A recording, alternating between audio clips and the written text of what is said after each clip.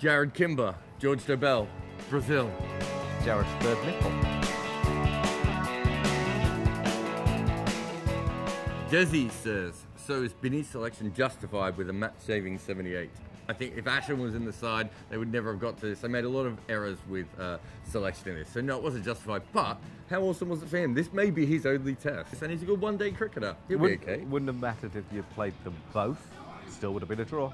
Himanshu says, is this India's best performance under Dhoni in England? Yes. Statistically, stylishly, guts, they were there. At times they had a chance to win the game. So There was a moment after lunch when it looked like they could lose the game. I mean, they still look very, very susceptible against the moving ball.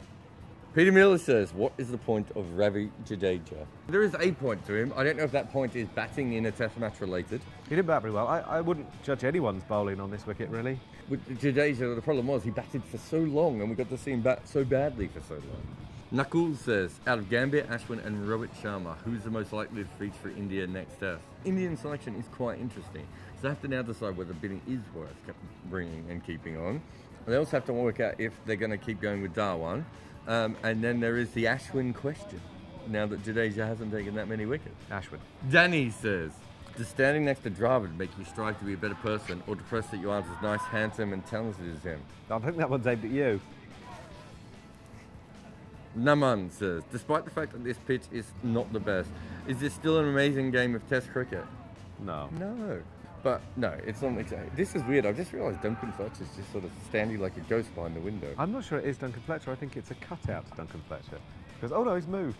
He's like watching a frog or something, and you wonder whether it's real or alive. And then you poke it. Suddenly its tongue darts out and catches a fly. Madhav says, could India have shown some intent and challenged England to score to win?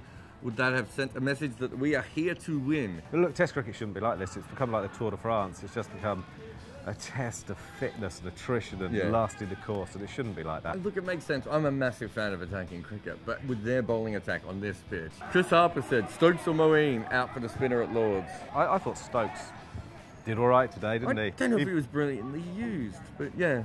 I thought he got something out of the wicket, didn't we? He had a 20-minute spell or something where he was getting the ball up at head height. And quickly, when no one else could do it. Yeah, and hurrying the batsman. I think he's got a lot going for him. I don't think it will matter. I think whoever bowls at Lords will not progress their career. Bum, bum, bum. Peter Golding says, is Stuart Binny a better cricketer than his dad, Roger Binny, who on Wikipedia it says his test career was not stellar. I mean, his dad was a similar cricketer, wasn't he? He could hold a bat a little bit, maybe not as good as his son. I don't think he can bat as well as that. He could bowl better though, couldn't he?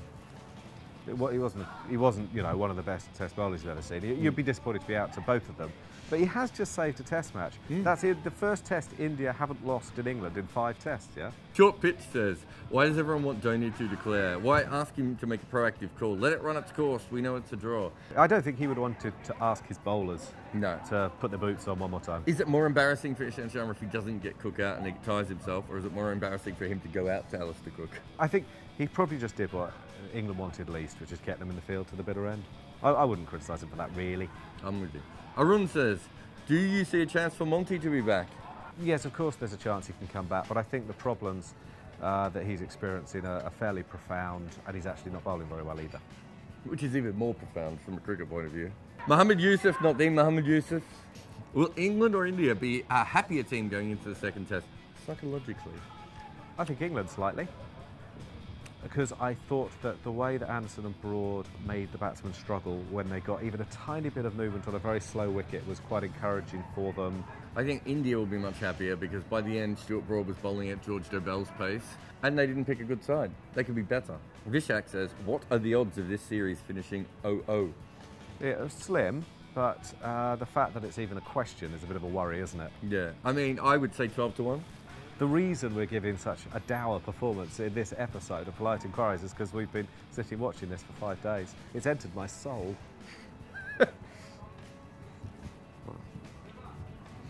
Cricket 365 says, who is your favourite Stuart? In general, or just today? Rod? Alec.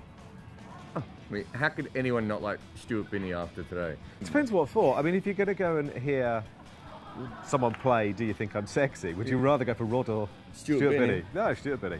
Casper Larson says, Was a laughing fit the proper reaction to an opening batsman getting an opening bowler out? Not only was it the proper reaction, it's the only reaction. We'll see you at Lord's.